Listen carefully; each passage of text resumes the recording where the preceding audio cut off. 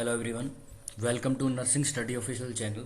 मेरा नाम है अमित और क्वेश्चन प्रैक्टिस बैच में आप सभी का स्वागत है। आज हम दोबारा से एक नए टॉपिक के साथ ये क्लास स्टार्ट करते हैं। टॉपिक का नाम है डाइजेस्टिव सिस्टम। एनाटॉमी का ये क्वेश्चंस रहेंगे, इसमें बहुत सारे। चलिए करते हैं start. Parotid gland contain dash duct. ठीक है, तो पैरोटिड ग्लैंड कौन सी डक्ट कंटेन करती है?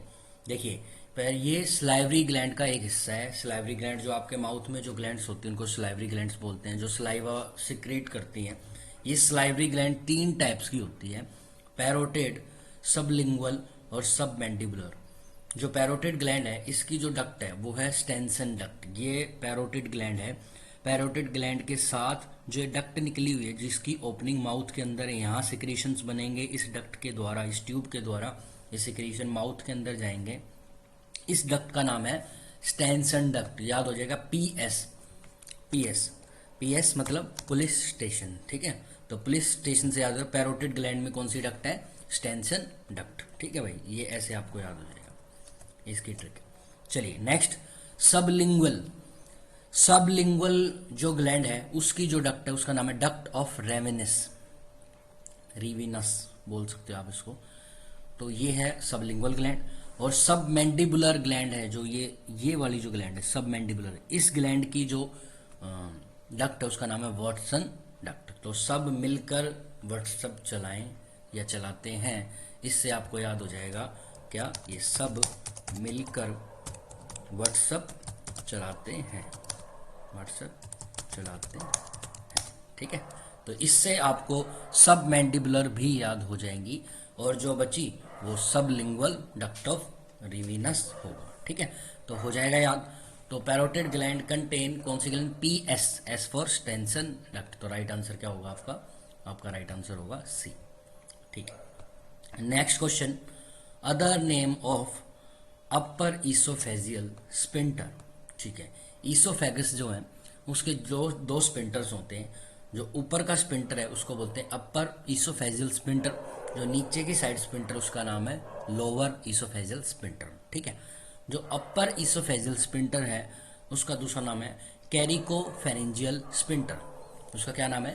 कैरिकोफेरेंजियल स्पिंटर। ठीक है, और जो लोअर ईसोफेजियल स्पिंटर उसका नाम है कार्डियक स्पिंटर। ठीक है, चलिए तो राइट आंसर है कैरिकोफेरेंजियल स्पिंटर। लोअर का नाम क्या है? Cardiac sphincter, lower. पाइलोरिक जो स्पिंटर है ये स्टमक के एंड पोर्शन पे जो स्पिंटर होता है पाइलोरस पार्ट पे, उसका नाम है पाइलोरिक स्पिंटर। और sphincter of Oddi, sphincter of Oddi का ही दूसरा नाम है hepato pancreatic sphincter. Hepatic when, hepatic जो डक्ट है और पैनक्रियाटिक डक्ट जहाँ के मिलती है, जो कॉमन बाइल डक्ट बनती है। अब ये कॉमन बाइल डक्ट जिस ओपनिंग के द्वारा जाएगी आपके ड्यूडेनम के अंदर, इंटेस्टाइन के अंदर, तो यहाँ पे भी एक स्पिंटर लगा हुआ है। इस स्पिंटर का नाम ही क्या है? स्पिंटर ऑफ ओडाई, जो एम्पुल ऑफ वेटर में खुलता है। ठीक है, तो इस तरीके से आपको ईसोफेजल स्पिंटर रिलेटेड मैंने यहाँ से कुछ पॉइंट्स क्लियर करा दिए। ठीक है, next question, which part of food start to digest into mouth. ठीक है, कौन सा पार्ट फूड का माउथ के अंदर डाइजेस्ट किया जाएगा? तो फूड के अलग अलग पार्ट होते हैं, कार्बोहाइड्रेट होता है, फैट होता है, विटामिन होते हैं, मिनरल्स होते हैं। अलग अलग टाइप्स के आपको फूड देखने को मिलेंगे। कुछ मैक्रो न्यूट्रिएंट्स होते हैं, कुछ माइक्रो न्यूट्रिएंट्स हैं इनके अंदर। मैक्रो न्यूट्रिएंट्स जिनका साइज बड़ा होता है कार्बोहाइड्रेट, फैट, विटामिन। जिनका साइज छोटा होता है उनको बोलते हैं मिनरल्स और वाटर और विटामिन। ठीक है, तो माउथ के अंदर डाइजेशन होता है कार्बोहाइड्रेट का, और कार्बोहाइड्रेट में भी स्टार्च का डाइजेशन होता है, स्टार्च। ठीक है, स्टार्च का डाइजेशन होगा और डाइसेचराइड्स में कन्वर्ट होगा। इसको डाइजेस्ट करने के लिए यहाँ पे एक एंजाइम प्रेजेंट है जो स्लाइवा के अंदर प्रेजेंट होता है, जिसको बोलते हैं स्लाइवरी अमाइलेज। और अमाइलेज एंजाइम हमेशा कार्बोहाइड्रेट को ही डाइजेस्ट करता है, चाहे वो पैनक्रियाटिक अमाइलेज हो चाहे वो स्लाइवरी अमाइलेज हो।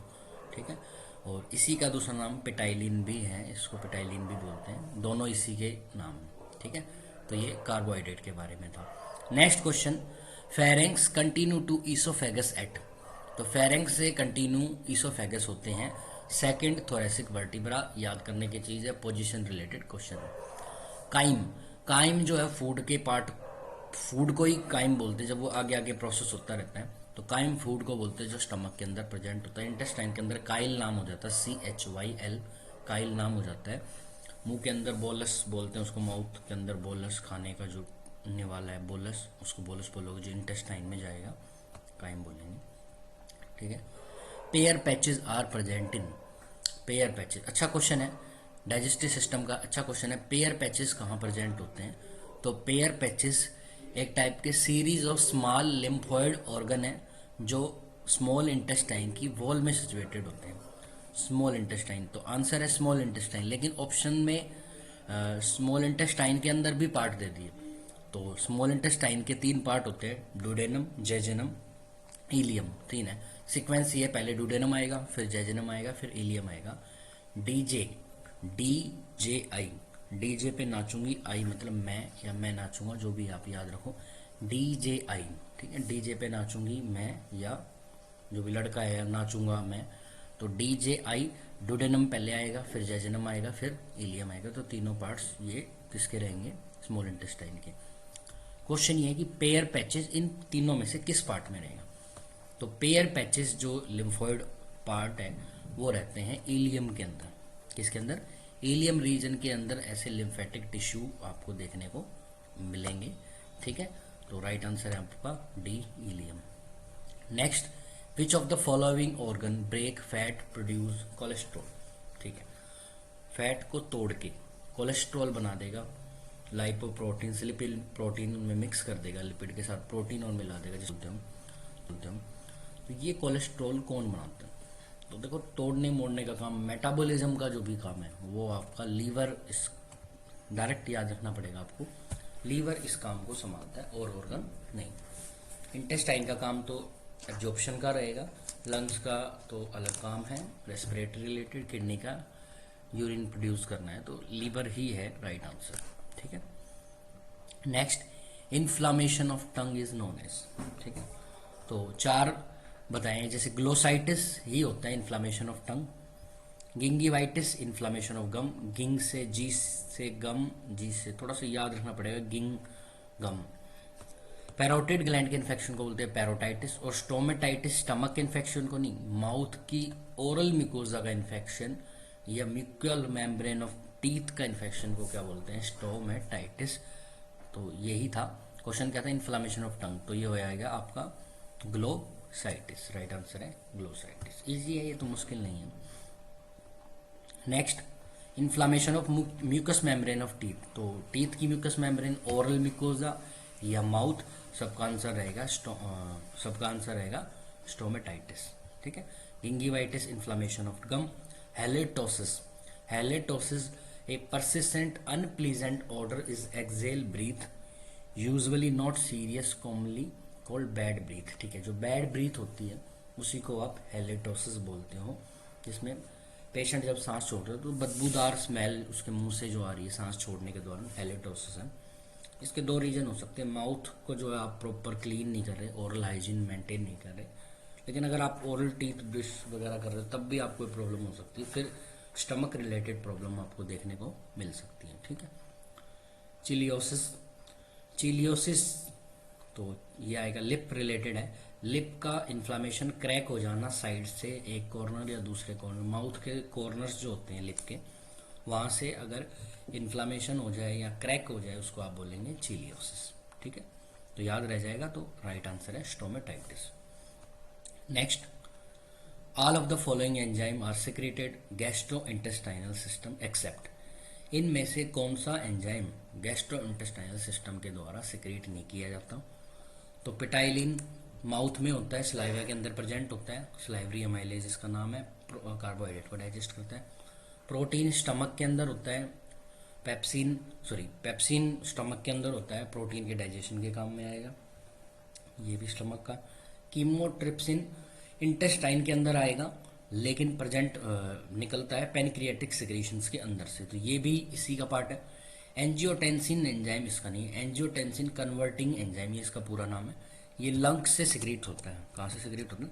लंग्स की इनर लाइनिंग ऑफ, क्या बोलूँ मैं, ब्लड वेसल्स की जो इनर मिकोजा है, इनर जो एपिथेलियल टिश्यू है उनसे लेयर से रिलीज होता है एंजियोटेंसिन, लंग्स के अंदर होती हैं, ठीक है। और ये बीपी मेंटेन करने के लिए जिम्मेदार है, ठीक है, बीपी मेंटेन करने के लिए जिम्मेदार है। तो बीपी की जिनको हाई की प्रॉब्लम होती है उनमें angiotensin converting enzyme ACE inhibitor, angiotensin converting enzyme ACE inhibitor नाम से टैबलेट दी जाती है। आपने रेमिप्रिल का नाम सुना होगा, एनाप्रिल, रेमिप्रिल, प्रिल साउंड जिनकी होती है वो सारी एंजियोटेंसिन कन्वर्टिंग एंजाइम है। इसका जो एंजाइम जो वो प्रेजेंट होता है लंग्स के अंदर, जो ब्लड सप्लाई जा रही है उस ब्लड सप्लाई की जो इनर लेयर है उसके ऊपर, ठीक है। मेंटेन क्या करता है बीपी, तो इसलिए बीपी हाई की टैबलेट्स के अंदर रेमिप्रिल आती है जो बीपी को कम करती है। अब अगर ये एंजियोटेंसिन काम नहीं करेगा तो ये बीपी को बढ़ा नहीं पाएगा, बीपी बढ़ेगा नहीं तो बीपी मेंटेन हो जाएगा। तो ये जो है डाइजेस्टिव सिस्टम का पार्ट नहीं है, राइट आंसर रहेगा डी। नेक्स्ट, वॉमिटिंग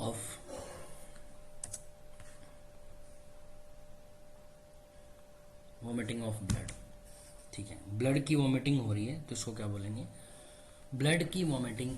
सभी नाम देख लेते हैं क्या क्या है। मेलेना है, स्टूल के अंदर अगर ब्लड आ रहा है, इंटेस्टाइनल, लोअर इंटेस्टाइनल जो भी हेमरेज होगा, कोई भी ब्लीडिंग होगी तो जो स्टूल का कलर चेंज हो जाएगा, उसमें ब्लड आएगा मिक्स होकर, मेलेना बोलते हैं उसको, ठीक है। और अगर वॉमिटिंग के दौरान ब्लड आ जाए, लोअर नहीं अपर से अगर ब्लड आए तो उसको हीमेटोमेसिस बोलते हैं, हीमोटोमेसिस बोलते हैं, वॉमिटिंग विद ब्लड, ठीक है, ऐसे याद है। हीमोपटेसिस, ये पटेसिस वर्ड जो है ये स्पूटम के लिए यूज होता है, स्पूटम के साथ अगर ब्लड आ रहा है, ज़्यादातर जो टीबी जैसी डिजीज के अंदर आपको ये देखने को मिलेगा, ब्लड के अंदर स्पूटम के अंदर ब्लड नजर आएगा तो हीमोपटेसिस बोलते हैं उसको, स्पूटम के साथ। और हीमा आर्थरोसिस, ये ब्रेन आर्थरोसिस, तो आर्थ इज रिलेटेड टू जॉइंट, तो जॉइंट के अंदर आर्टिकुलर ब्लीडिंग हो जाती है उसको बोलते हैं, जॉइंट कैविटी के अंदर देखने को मिलेगी। तो वॉमिटिंग ऑफ ब्लड आपको मिलेगा हीमोटोमेसिस, तो राइट आंसर है सी। नेक्स्ट, डिस्फेजिया मीन्स, डिस्फेजिया, जिया, जी आ रहा है इसमें, जी फॉर याद रखना गटकना, गटकने में दिक्कत होगी तो डिफिकल्टी इन सोलोविंग, ठीक है, डिफिकल्टी इन सोलोविंग इसका आंसर होगा। डिफिकल्टी इन ब्रीदिंग, इसको बोलते हैं डिस्निया, क्या बोलते हैं, डिस्निया। निया इज रिलेटेड टू रेस्पिरेशन, जैसे ट्रैकीपनिया होता है, ब्रेडीपनिया होता है, वो पीनिया वर्ड जहाँ भी आ रहा है, निया वर्ड जहाँ भी आ रहा है वो ब्रीदिंग रिलेटेड है। Difficulty in speech, difficulty in speech उसको बोलते हैं डिस्फेजिया, स्पीच एच आएगा तो एस फॉर स्पीच इसकी स्पेलिंग में, और जी से गटकना, गटकने के लिए सोलोविंग, ठीक है, तो याद हो जाता है। इंसोमिनिया, डिफिकल्टी इन स्लीप, ठीक है। तो ये सारी इससे रिलेटेड टर्मिनोलॉजी मैंने बता दी आपको। डिस्फेजिया का आंसर क्या होगा, difficulty in swallowing. Ineffectual straining at stool, ठीक है, जो स्टूल पास करे तो आपको बहुत ज़्यादा में प्रेशर लगाना पड़ रहा है, नॉर्मली स्टूल आप पास नहीं कर पा रहे हो, प्रॉब्लम है, इसको बोलते हैं टिनिस्मस, क्या बोलते हैं, टिनिस्मस, है ना। नॉर्मल स्टूल पास करने में आपको प्रॉब्लम है, आपको थोड़ा जोर लगाना पड़ रहा है स्टूल पास करते दौरान, उसको बोलते हैं टिनिस्मस, ठीक है। बोर्गियोगैमी, जब आप भूखे होते हैं तो आपके पेट में जो गर्ड की साउंड आती है, गर्गिल साउंड आती है, उस साउंड को जो फ्लूइड वगैरह गैस वगैरह शिफ्ट होती है उसके कारण जो होती है उसको बोलते हैं बोर्गियोगैमी। कॉन्स्टिपेशन, आप स्टूल पास नहीं कर पा रहे हो, कर रहे हो तो बहुत ज़्यादा डिफिकल्टी हो रही है, उसको बोलते हैं कॉन्स्टिपेशन। हार्ड जो है कंसिस्टेंसी रहेगी स्टूल की।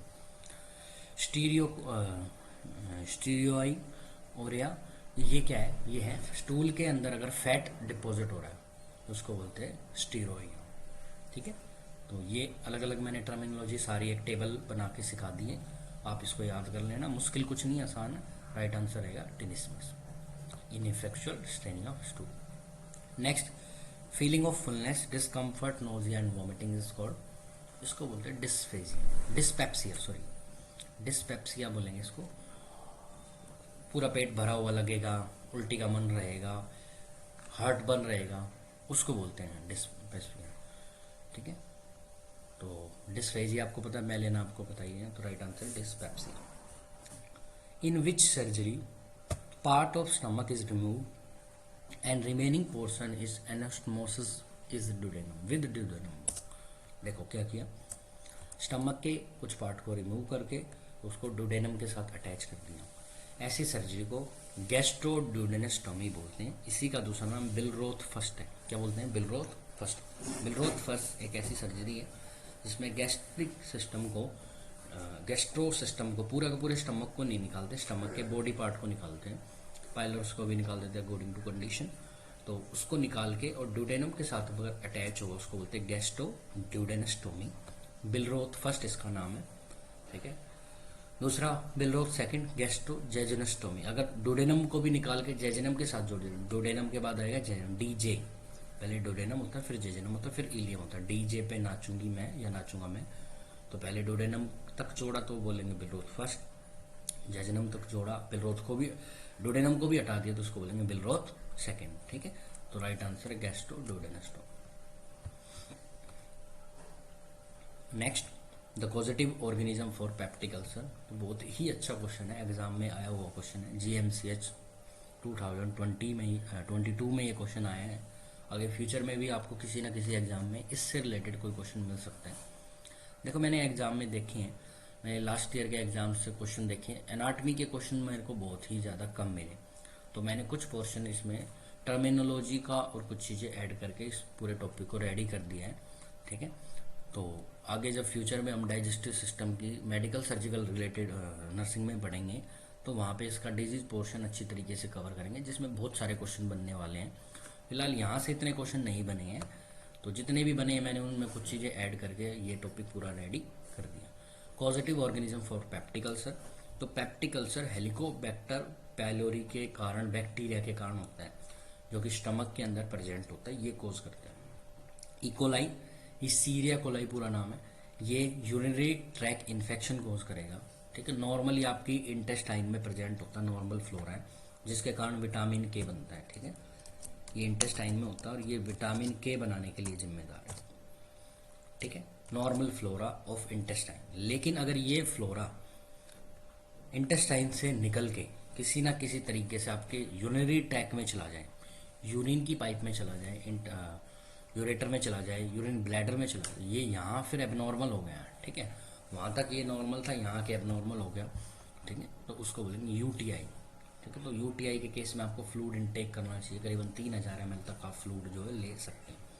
डोडरलिन बैसिलाई एक नॉर्मल बैसिलाई है, बैक्टीरिया है लैक्टोबैसिलस ग्रुप का, जो कि आपकी प्रेजेंट होता है वेजाइना के अंदर। ये वेजाइना के अंदर आपकी pH को 4 to 5 जो pH है वेजाइना की, उसको बनाने के लिए जिम्मेदार है, क्योंकि जो वहाँ पे कोलेस्ट्रॉल प्रेजेंट है उसको कन्वर्ट कर देता है, वहाँ पे जो ग्लाइकोजन प्रेजेंट है उसको लैक्टिक एसिड में कन्वर्ट कर देता है। लैक्टिक एसिड बनाने के लिए जिम्मेदार है डोडरलिन बैसिलाई वेजाइना के अंदर, ठीक है। Next, group A beta haemolytic streptococci, गाबाज के नाम से जाना जाता है। गाबाज जो है बहुत सारी डिजीज कोज करता है, स्ट्रेप्टोकोकाई बैक्टीरिया, ठीक है, उसी की बात चल रही है। पेनिसिलिन उसकी फर्स्ट ड्रग ऑफ चॉइस है, अगर ऑप्शन में पेनिसिलिन नहीं है तो फिर erythromycin gentamicin second drug of choice इसकी रहेगी, ठीक है। बहुत सारे पेशेंट को पेनिसिलिन से एलर्जी होती है, क्योंकि पेनिसिलिन को किल करने वाला जो एक एंजाइम है वो ज़्यादातर के शरीर में रहता है, बीटा लैक्टमेज करके उसका नाम है। अगर वो आपकी बॉडी के अंदर प्रेजेंट है, वो ज़्यादातर के अंदर होता ही है, अगर बीटा लैक्टमेज नाम का एंजाइम आपकी बॉडी के अंदर प्रेजेंट है, जैसे आप पेनिसिलिन खाओगे वो बीटा लैक्टम रिंग को किल करेगा जो कि पेनिसिलिन के अंदर होती है, और अगर ये रिंग टूट गई तो पेनिसिलिन का जो एक्चुअल स्ट्रक्चर था ब्रेक हो जाएगा और पेनिसिलिन अपना इफेक्ट नहीं दिखा पाएगा, क्योंकि उसका तो इफेक्ट खत्म होगा। इस केस में फिर आप अदर जो सेकेंड लाइन ऑफ ड्रग है वो इसमें चूज़ करोगे, एरिथ्रोमाइसिन जेंटामाइसिन वो चूज़ करोगे। ग्रुप ए बीटा हिमोलाइटिक बहुत सारी बीमारी कोज करता है, फेरेंजाइटिस, एंडोकार्डाइटिस, ग्लोमेरुलोनेफ्राइटिस और ऐसी बहुत सारी डिजीज। मैंने कुछ एग्जाम्पल देखे यहाँ पे आपको सिखाया, ठीक है। तो क्वेश्चन है positive organism for peptic ulcer, तो पेप्टिक अल्सर के लिए Helicobacter. Next question, one of the following medicine is an antacid, ठीक है। तो कोशिश की है कुछ पोर्शन मेडिकल सर्जिकल का भी ऐड किया है, क्योंकि ज़्यादा क्वेश्चन हमें डाइजेस्टिव सिस्टम के सिंपल से मिले नहीं जो पेपर में आते हैं ना। ऐसे तो बहुत सारे क्वेश्चन थे, लेकिन पेपर में जो आने वाले इंपॉर्टेंट क्वेश्चन है वो बहुत कम थे, तो इसलिए थोड़ा सा पोर्शन उन्होंने अदर इसमें ऐड कर दिया, ठीक है। Sorry. One of the following medicine antacids, जो एसिड के लेवल को बैलेंस करेगी। तो ओमीपैराजोल जो कि पेंटापैराजोल की ही ग्रुप की ड्रग है, पेंटापैराजोल पेंटॉप के नाम से आती है, आप सभी जानते हो पेंटॉप 40, ठीक है, कॉमन ड्रग है, ठीक है। रेंटेक भी आते हैं, रेंटिडीन, वो भी एंटासिड की तरह ही काम करती है। रेंटेक जो कि आजकल कैंसर प्रोड्यूसिंग ड्रग में आती है, तो जो आपकी एसेंशियल ड्रग था की जो ग्रुप है उसमें रिसर्च वालों ने इसको निकाल दिया है रिसर्च लेबोरेटरीज में इसको नेगलेक्ट कर दिया गया है। इस दवाई को आप रेंटेक को कॉमनली यूज़ नहीं कर पाओगे अब, ठीक है, क्योंकि ये आपकी एसेंशियल ड्रग की लिस्ट से इसको निकाल दिया गया है, ठीक है। तो ओमीपैराजोल, पेंटापैराजोल ये अभी सेफ ड्रग है, ये आप यूज़ कर सकते हो जनरल। इथेनॉल, मैनिटोल, डेक्सामेथासोन ये नहीं है। मैनिटोल तो डायरेटिक्स है, डेक्सामेथासोन कोर्टिकोस्टेरॉइड्स हैं। इथेनॉल तो आपके ये जो जो आप स्टर्लियम यूज़ करते हो, जो स्प्रिट यूज़ कर रहे हो, सैनिटाइजर, इथेनॉल उनके अंदर होता है, ठीक है। तो वो तो एंटीसेप्टिक सॉल्यूशंस की तरह काम करते हैं, डिसइंफेक्टेंट सॉल्यूशन। ओमीपैराजोल आंसर रहेगा। ओमेज के नाम से मार्केट में अवेलेबल है, पेंटॉप है, बहुत अच्छी, पेंटॉप बोलो, एंटासिड बहुत अच्छी है। गैस्ट्रिक जब डिस्टर्बेंस हो जाती है, एसिडिटी हो जाती है बहुत ज़्यादा, गैसियस डिसेंशन हो रहा है, तो ये अच्छा खासा काम करती है। एक टर्म और है, टर्मिनोलॉजी से हमने अच्छे खासे क्वेश्चन यहाँ से कवर की। एस्ट्रेसिस, एस्ट्रेसिस क्या है?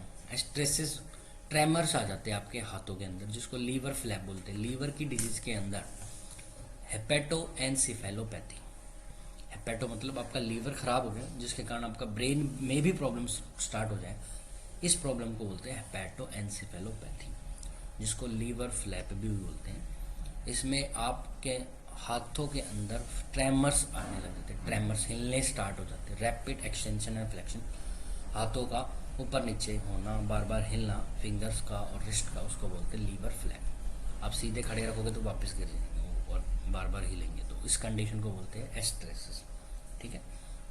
इसके अलावा कूलन साइन है, bluish discoloration of abdomen and periumbilical area seen is acute pancreatitis. Pancreatitis की जो दिक्कत है उसके अंदर आपके एब्डोमेन पे और अम्बिलिकस के दो सारी तरफ, चारों तरफ आपको ब्लू डिस्कलरेशन देखने को मिलेगा, उसको बोलते हैं कूलन साइन, ठीक है। एक मर्फी साइन होता है जो कोलिसिस्टाइटिस के अंदर देखने को मिलेगा। आपको गोल ब्लैडर की लोकेशन पे फिंगर्स रखनी है, फिंगर रख के पेशेंट को बोलेंगे लंबी गहरी सांस लो, जैसे वो लंबी गहरी सांस लेगा उसको पेन स्टार्ट होगा, उसको बोलते हैं मर्फी साइन पॉजिटिव। और ये cholecystitis inflammation of gall bladder में आपको देखने को मिलेगा, ठीक है। तो ये मैंने आपको बता दिए सारे। कोस्ट ट्रेमर्स तो हो गया। Accumulation of fluid with the peritoneal cavity, इसको बोलते हैं एसाइटिस, ठीक है, फ्लूइड इकट्ठा हो जाता है, ये मैंने बता दिया आपको। Pain on taking deep breath when finger on gall bladder location, तो इसको बोलते हैं क्या? मर्फी साइन, ठीक है, मर्फी साइन बोले। Next, emulsification of lipid in small intestine required AIIMS Patna में। अब कुछ मैंने जो पेपर में क्वेश्चन आए थे उनको भी कवर किया है। तो लिपिड को ब्रेक करने के लिए स्मॉल इंटेस्टाइन के अंदर कौन सा एंजाइम होता है?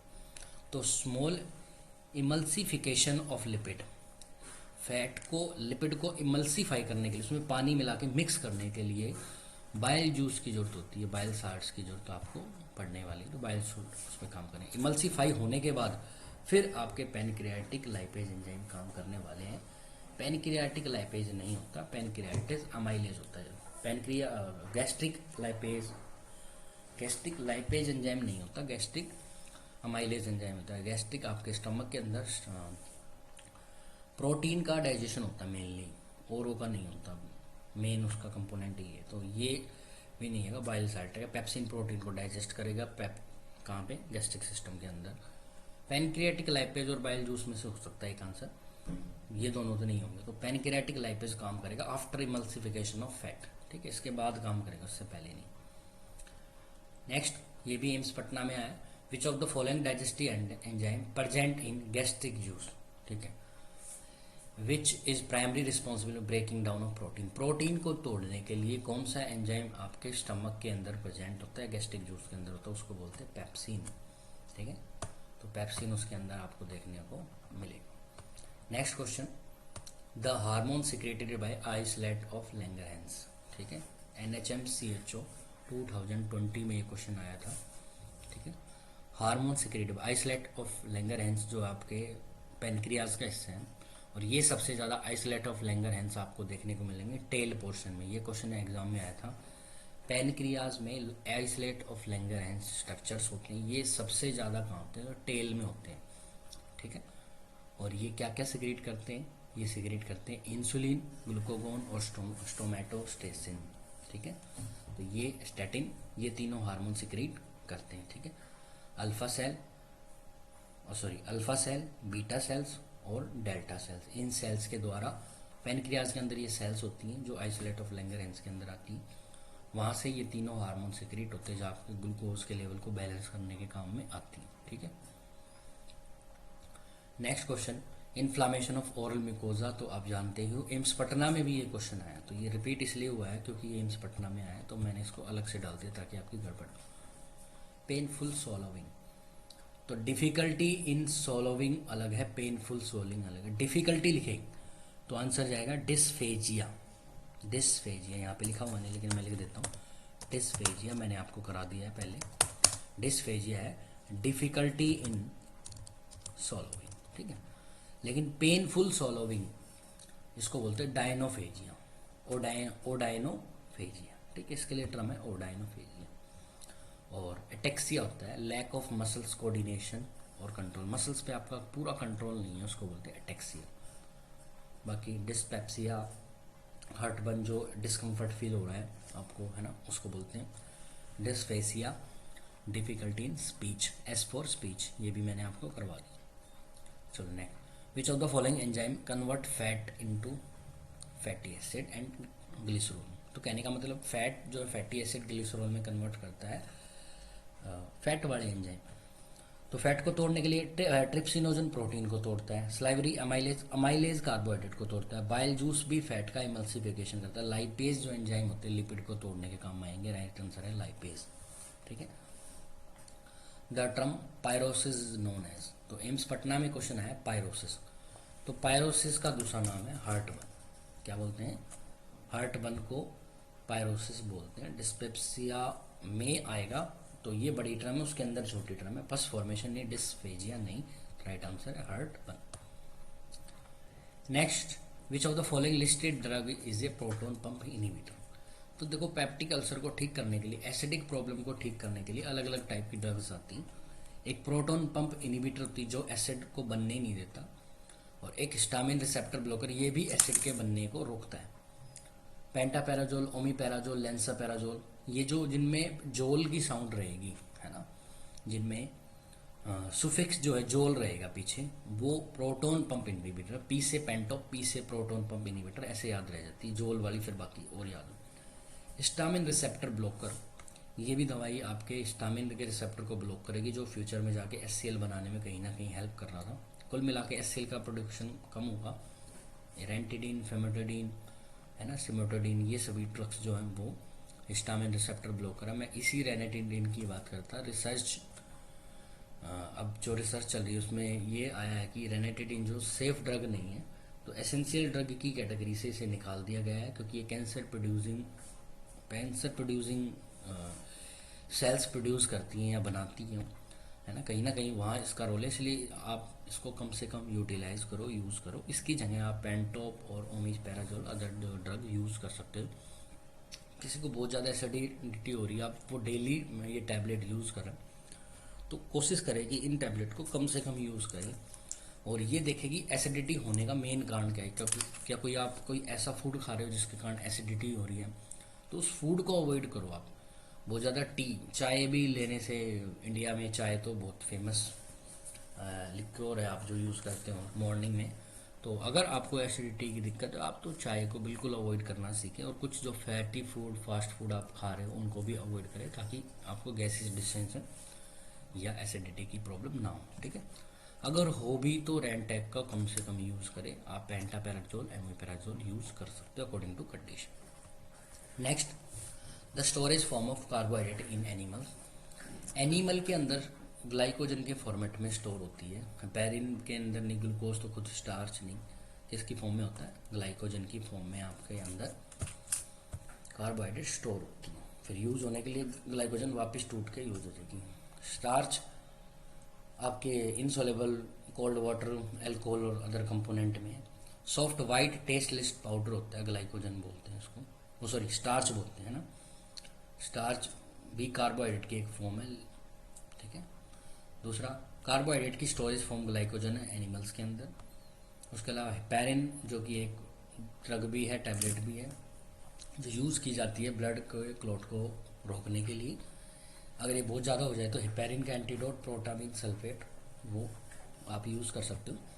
एम्स नोरसेट में आया है हमेशा, 2022 में भी आया था, 21 में भी आया था और 20 में भी आया था, तो बार बार आपको एग्जाम में देखने को मिलेगा ही। Glucose is most abundant monosaccharides है, सबसे छोटी सब यूनिट्स है कार्बोहाइड्रेट की, ठीक है, जिनसे फिर एनर्जी बनती है। तो ये सारे मैंने बता दिए। ग्लाइकोजन है, स्टोरेज फॉर्म है एनिमल्स में। विच of the following enzyme is not involve in digestion of carbohydrate. तो कार्बोहाइड्रेट के डाइजेशन के लिए अमाइलेज, सुक्रेज, लैक्टेज, ये सभी एंजाइम काम करते हैं। Lipase is related to lipid, lipase is related to lipid, तो लिपिड काम नहीं आता। आरआरबी 2019 में आया था, रेलवे का जो एग्जाम होता है उसमें एक क्वेश्चन आया था। Larynx is close during swallowing by. तो लैरिंक्स को जो क्लोज किया जाता है एपिग्लोटिस, ठीक है, फ्लैप लाइक स्ट्रक्चर होता है, इसको क्लोज कर देते हैं, खाने को इसोफेगस में डाल देते हैं। एपिग्लोटिस इसका आंसर रहेगा। अगर आपको हमारी ये वीडियो पसंद आई, अच्छी लगी, तो लाइक करें इसको, ठीक है, शेयर करें और सब्सक्राइब कर दें, ठीक है। अगर आप ऐसी और भी बहुत सारी वीडियो चाहते हो तो हमारे चैनल को ज़रूर सब्सक्राइब करें। Thank you very much.